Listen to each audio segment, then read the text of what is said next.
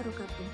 Hai semuanya, perkenalkan nama saya Juceh Nina. Saya merupakan mahasiswa akhir Magister Pendidikan Agama Islam Universitas Islam Negeri Imam Bonjol Padang dengan judul tesis pengembangan video interaktif berbantuan aplikasi Advisor untuk meningkatkan keterampilan critical thinking siswa kelas 7 pada mata pelajaran PAI di SMP yang dibimbing oleh Bapak Profesor Dr. Haji Syafruddin Nurdin MPD dan Bapak Dr. Muhammad Qasim MA. Nah teman-teman semua, setelah ini akan ada tayangan video pembelajaran dengan tema Bani Umayyah di Damaskus. Video ini dapat diakses dalam bentuk interaktif. Jika teman-teman semua ingin aksesnya dalam bentuk video interaktif, silakan klik link di bawah ini. Oh ya teman-teman semua, jangan lupa subscribe, like, komen, dan share video ini ke teman-teman yang lain ya. Terima kasih. Selamat menonton. Wassalamualaikum warahmatullahi wabarakatuh.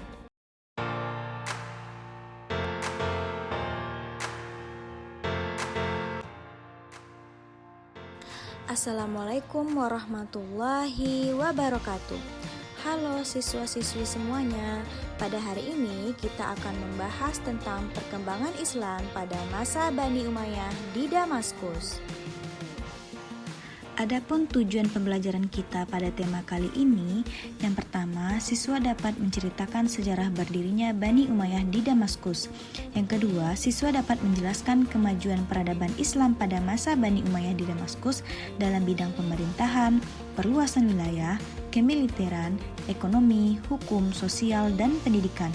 Yang ketiga, siswa dapat membuat bagan timeline perkembangan peradaban Islam pada masa Bani Umayyah di Damaskus sehingga dapat memetik nilai Islami dari kemajuan peradaban Islam pada masa Bani Umayyah. Yang pertama, sejarah berdirinya Bani Umayyah di Damaskus. Bani Umayyah sendiri didirikan oleh Muawiyah bin Abu Sufyan pada tahun 41 Hijriah atau 661 Masehi. Nama lengkap beliau adalah Abu Abdul Ar-Rahman Muawiyah bin Abu Sufyan Syakar bin Harb bin Umayyah bin Abdussyam bin Abdul Manaf bin Qusay. Bani Umayyah ini berkuasa selama lebih kurang 90 tahun yang menjadikan Damaskus sebagai ibu kota pada saat itu. Nama Bani Umayyah sendiri dinisbahkan kepada Umayyah bin Abdussyam bin Abdul Manaf bin Qusay bin Kilab yang merupakan salah seorang pemimpin kabilah Quraisy pada zaman jahiliyah.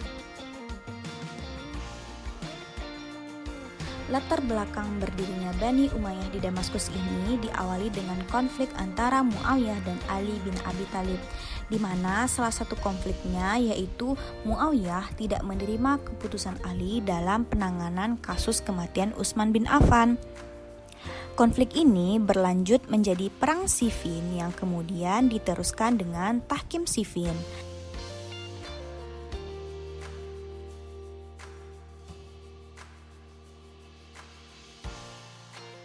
Namun, Tahkim Siffin ini berakhir dengan ketidakjelasan sehingga terjadinya perpecahan antara umat Islam pada saat itu dan terbunuhnya Ali oleh kaum Khawarij.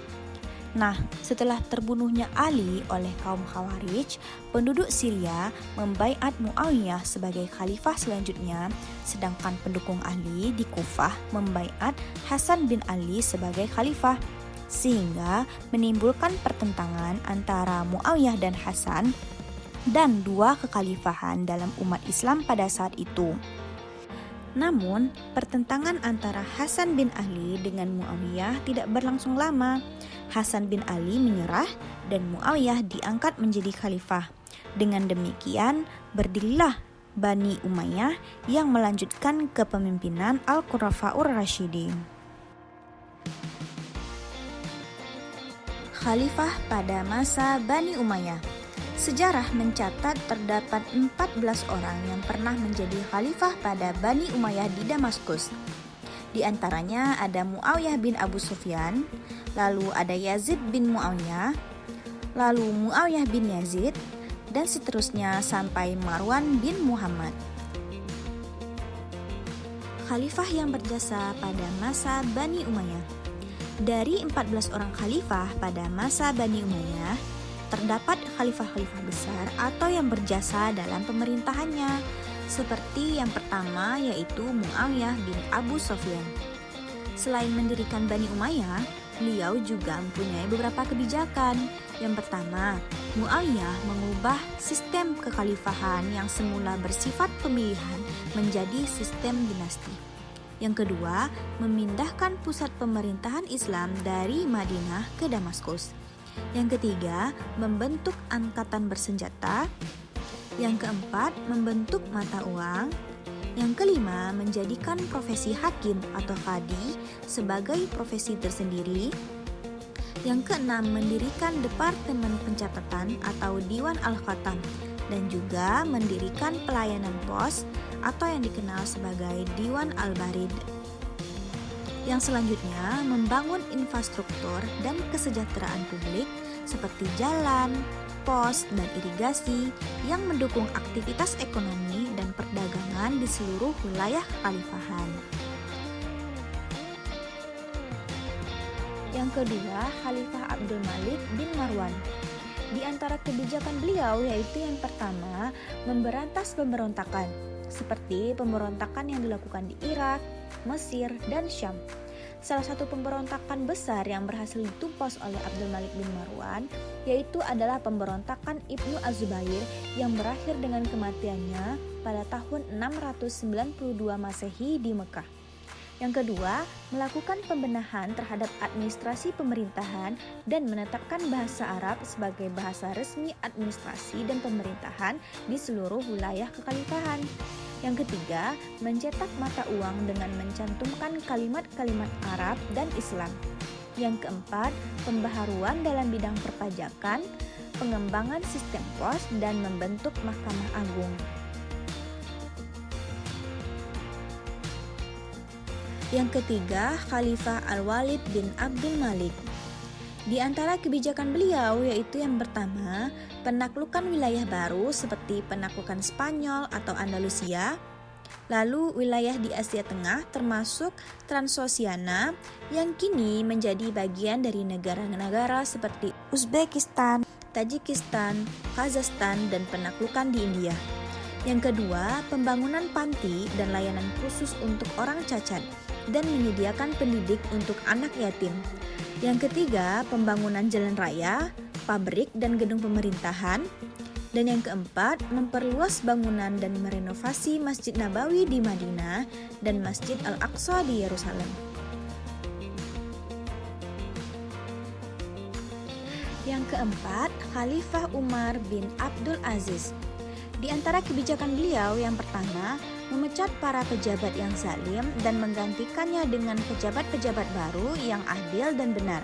Yang kedua, menghentikan peperangan yang dilancarkan kaum muslim dengan non-muslim dan menggantikannya dengan dakwah Islamiyah.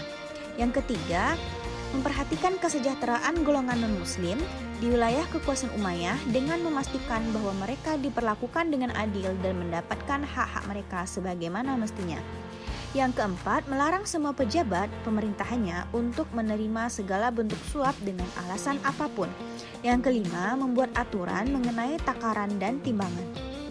Yang keenam, menghapus bea cukai, memperbaiki tanah-tanah pertanian, pembangunan jalan, dan menyediakan tempat-tempat penginapan bagi musafir. Yang ketujuh, mendistribusikan kekayaan negara atau baitul mal dengan adil. Yang kedelapan, mengutus para ulama dan dai untuk setiap daerah agar mengajarkan pendidikan tentang Islam dan mengirim para ulama dan dai ke pelosok-pelosok desa dengan tujuan untuk mengajak memeluk Islam secara lembut. Yang selanjutnya, menurunkan beban pajak yang dikenakan kepada rakyat terutama di kalangan orang-orang miskin. Nah, yang kelima, Khalifah Hisham bin Abdul Malik. Di antara kebijakan beliau yang pertama, Khalifah Hisham berhasil menjadi stabilitas politik dan militer, di mana ia berhasil meredam berbagai pemberontakan selama pemerintahannya. Kebijakan militernya yang efektif membantu menjaga stabilitas di wilayah yang luas dari Afrika Utara hingga Asia Tengah. Yang kedua, mendukung seni dan arsitektur yang terlihat dari kemegahan Masjid Umayyah dan proyek-proyek pembangunan lainnya. yang menunjukkan kemajuan seni Islam pada masa itu. Yang ketiga, mengatur kantor-kantor pemerintahan dan membetulkan keuangan negara dengan teliti. Kemajuan peradaban Islam pada masa Bani Umayyah di Damaskus. Selama masa pemerintahan Bani Umayyah di Damaskus, terdapat banyak kemajuan-kemajuan peradaban Islam di berbagai bidang. Yang pertama, bidang administrasi pemerintahan. Pada masa pemerintahan Bani Umayyah, dibentuk beberapa diwan atau departemen. Yang pertama, Diwan Ar-Rasail, yaitu semacam sekretaris jenderal yang berfungsi untuk mengurus surat-surat negara yang ditujukan kepada para gubernur atau menerima surat-surat dari mereka. Yang kedua, Diwan Al-Karraj yang berfungsi untuk mengurus masalah pajak. Yang ketiga, Diwan Al-Barid yang berfungsi sebagai penyampai berita-berita rahasia daerah kepada pemerintah pusat dan juga saat itu berkembang menjadi Departemen Pos khusus pemerintahan. Yang keempat, Diwan Al-Khatam yang berfungsi untuk mencatat atau menyalin peraturan yang dikeluarkan oleh khalifah. Yang kelima, Diwan Musgilat yang berfungsi untuk menangani berbagai kepentingan umum. Yang keenam, Diwan Al-Jun, yaitu lembaga atau departemen pertahanan yang bertugas dalam mengorganisasi, mengatur, dan memelihara urusan militer. Kemajuan peradaban Islam yang kedua yaitu pada bidang perluasan wilayah. Dengan keberhasilan ekspansi ke beberapa daerah, wilayah kekuasaan Islam pada masa Bani Umayyah ini betul-betul sangat luas. Daerah-daerah itu meliputi Spanyol, Afrika Utara, Syria, Palestina, Jazirah Arabia, Irak, sebagian Asia Kecil, Persia, Afghanistan, yang mana daerah itu sekarang dinamai dengan Pakistan, Turkmenistan, Uzbekistan, dan Kirgistan di Asia Tengah. Kemajuan peradaban Islam yang ketiga yaitu pada bidang kemiliteran. Pada masa Bani Umayyah ini keluar kebijakan yang agak memaksa untuk menjadi tentara, yaitu dengan adanya Undang-Undang Wajib Militer yang dinamakan dengan Nidomul Tajnidil Ijbari, di mana sebelumnya pada masa Khulafaur Rasyidin perekrutan kemiliteran dilakukan dengan sukarela saja. Kemajuan peradaban Islam yang keempat yaitu pada bidang ekonomi. Pada masa Bani Umayyah di Damaskus ini terdapat beberapa kemajuan pada bidang ekonomi. Yang pertama, pelabuhan dagang yang ramai dan makmur. Pelabuhan tersebut terletak di beberapa tempat, di antaranya adalah di Basrah di Teluk Persia, begitu pula pelabuhan Aden di Yaman. Yang kedua, pencetakan koin dinar dan dirham sehingga menjadi negara mandiri dan tidak ketergantungan pada mata uang Romawi dan Persia. Dan yang ketiga, membuat aturan-aturan mengenai takaran dan timbangan.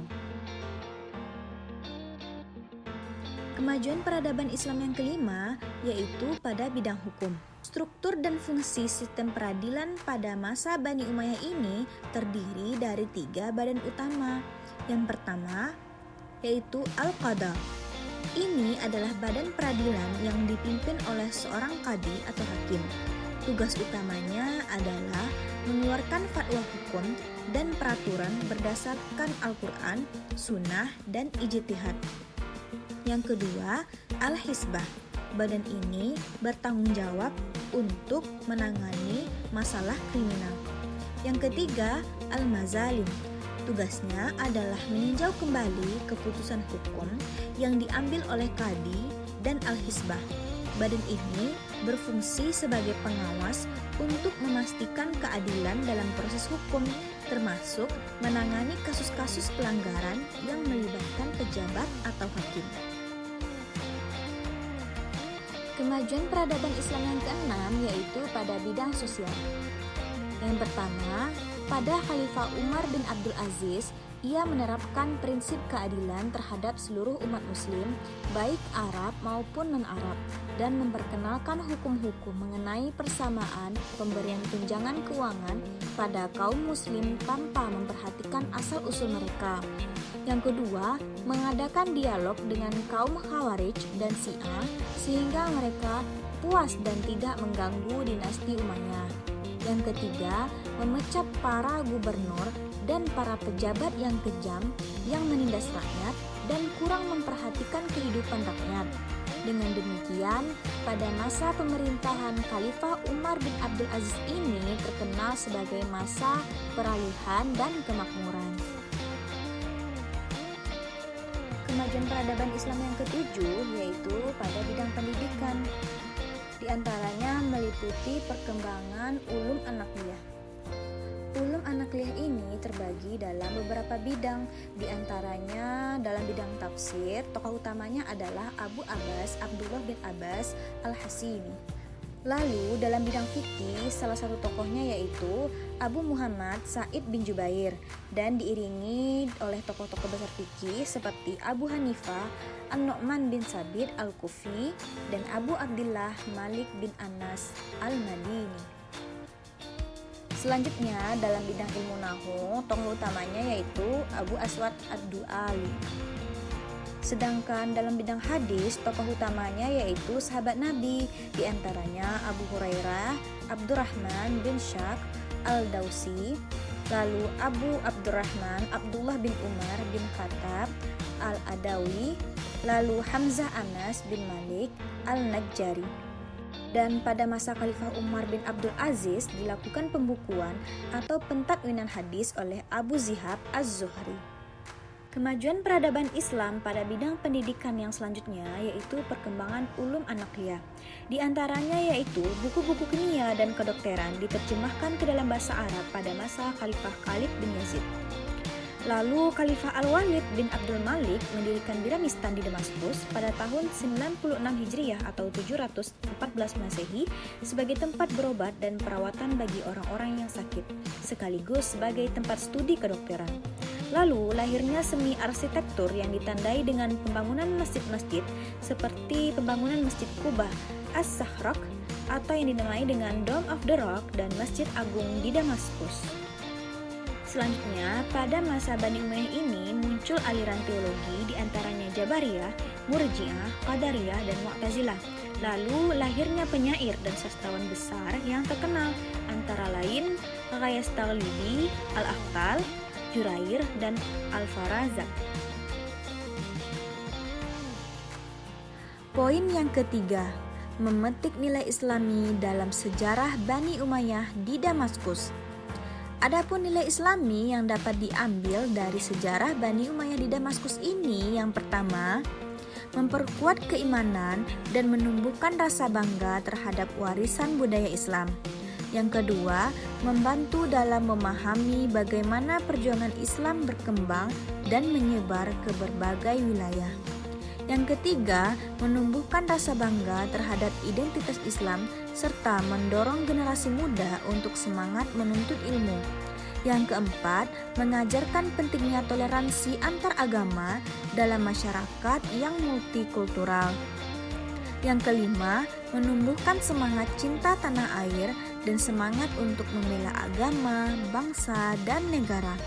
Yang keenam, mengajarkan tentang pentingnya berperilaku adil dan bertanggung jawab. Nah, kesimpulan yang dapat diambil dari pembelajaran tadi yaitu Bani Umayyah didirikan oleh Muawiyah bin Abu Sufyan pada tahun 661 Masehi yang berpusat di Damaskus. Dinasti ini berdiri selama lebih kurang 90 tahun, yaitu tahun 40 sampai 132 Hijriah atau 661 sampai 750 Masehi. Bani Umayyah di Damaskus dipimpin oleh 14 orang khalifah, di antaranya ada 5 orang khalifah yang terkenal dalam pemerintahannya. Pada masa Bani Umayyah ini banyak terjadi kemajuan dalam peradaban Islam, di antaranya pada bidang pemerintahan dan administrasi, perluasan wilayah Islam, lalu pada bidang kemiliteran, bidang ekonomi, hukum, sosial, dan pendidikan.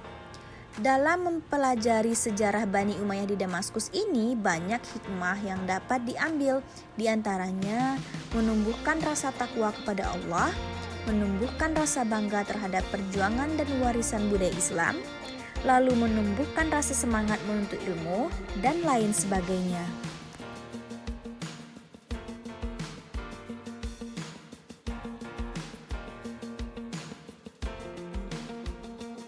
Siswa-siswi semuanya, itulah pembelajaran kita pada hari ini. Terima kasih sudah menyaksikan video ini sampai akhir ya. Semoga bermanfaat. Wassalamualaikum warahmatullahi wabarakatuh.